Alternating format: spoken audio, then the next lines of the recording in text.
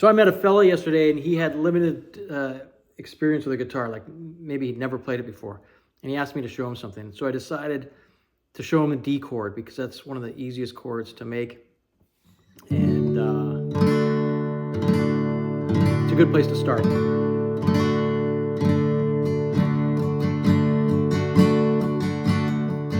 It's pretty useful if you play guitar, okay? So I'm going to explain to you how to play a D chord. I'm going to explain to you the elements that go into a D chord. I'm going to give you an exercise on how to practice a D chord using a metronome, okay? And if you like that and you want me to do more, I'll do all the chords in the same way. And then I'll show you how to transition from D to an A and back to D.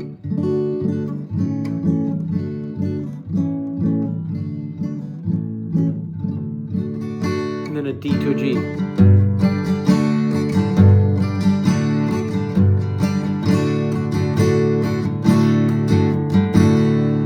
Okay, so first up, how do you make a D chord so that you can sit there and practice that while I'm talking? You want to take your first finger and you want to put it on the second fret of the third string, okay? That's an A note. You want to take your third finger and put it on the third fret of the second string. That's a D note. You want to take your middle finger and put it on the second fret of the first string. That's an F sharp, okay? And then you want to strum it from the fourth string, which is open. There's no fingers on any frets on the fourth string. It's also known as the D string. You want to strike it across from the fourth string to the first string, okay?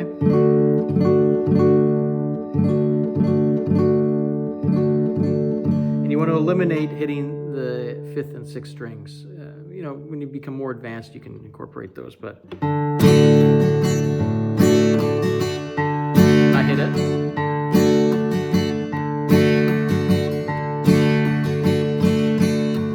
Okay, so that's how you make the D chord. Okay, first finger on the second fret of the third string, third finger on the third fret of the second string, middle finger on the second fret of the first string, and then strike from the fourth string across. Okay, your hand, you want to have your thumb sort of towards the middle of your palm there like that, not like this. And you want to position it about, not up here. You want to rotate it back so that it's, covering 3/4 or 7/8 of the profile of the neck. That gives you good clearance to form the chord and not build some habit so that you're interfering with other strings. You're sort of curling your fingers. You want to try to get on the tips of those fingers. Now, when you're a beginner, it's really likely that you won't be able to make a tone with all the strings with your fingers fretted on them. But that'll come if you just keep practicing. It just happens. Okay, so you keep your form good. Keep your thumb in the middle. Arch. Your arm can be down. And form that D chord. Okay. Now, while you're doing that, I'm going to explain to you why this shape is a D chord, okay? So every chord is made up of a triad. In this case, we're talking about a D major chord, okay? And a triad just simply means that there's 3 notes that go into it. Sometimes those notes are doubled up, depending where you're playing the chord and which chord it is, but you at least need those 3 notes to make it sound like a full major chord. So how do they get those 3 notes? Well, you have a major scale, okay? D, E, F sharp,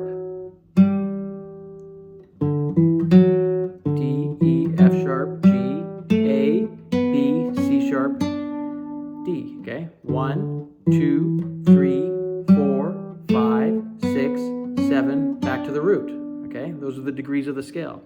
1, or the root, 2 is the E, 3 is the F sharp, okay, remember that.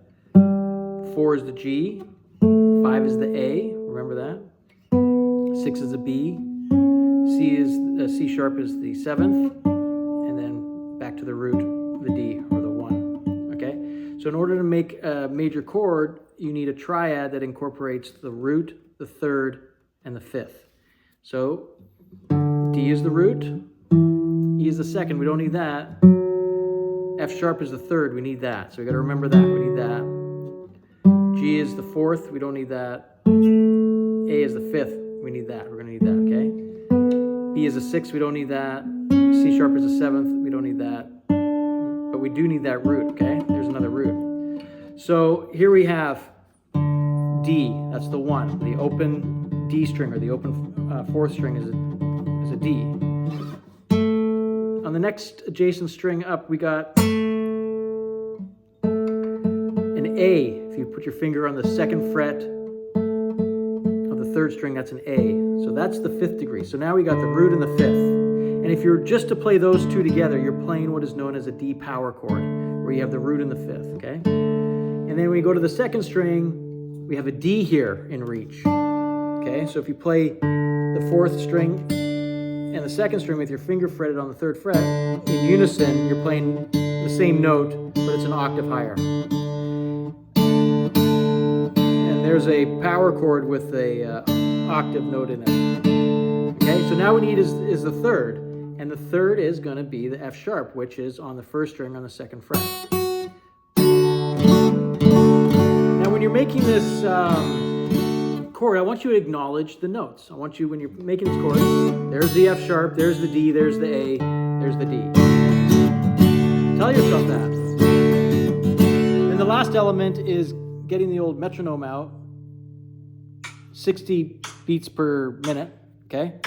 And then sitting there and practicing that chord to the metronome, okay? Counting. And not only counting the beats, but counting the bars. We're going to do 4 bars and then go back to 1. And I'll show you how that sounds. Ready? 1, 2, 3, 4. 2, 2, 3, 4. 3, 2, 3, 4. 4, 2, 3, 4. 1, 2, 3, 4. 2, 2, 3, 4. 3, 2, 3, 4. 4, 2, 3, 4. And then when you get advanced, you'll then switch to another chord. Okay, I shouldn't say advanced, but when you learn something else. So advanced guitarists can play 2 chords. Okay, now the importance of counting those beats like that is that you might want to change up how you strum the chord later on. Okay, and when people say, you know, the bass is on the 2 and the 4, now you kind of know what you mean. So I'm going to play the bass note on the 1, and I'm going to play the triad on the 3. Okay, 1, 2, 3, 4. 2, 2, 3, 4. 4, 2, 3, 4. 1, 2, 3, 4. 2, 2, 3, 4. 3, 2, 3, 4. 4, 2, 3, 4. Now that's important because when you get more sophisticated, you can really use that to make your playing interesting. So again, just sit there and go 1, 2, 3, 4, 2, 2, 3, 4, 3, 2, 3, 4, 4, 2, 3, 4, 1, 2, 3, 4, 2, 2, 3, 4, 3, 2, 3, 4, 4, 2, 3, 4, 1, 2, 3, 4, 2, 2, 3, 4, 3, 2, 3, 4, 4, 2, 3, 4. Now, you see, so you can mix up until you get to being able to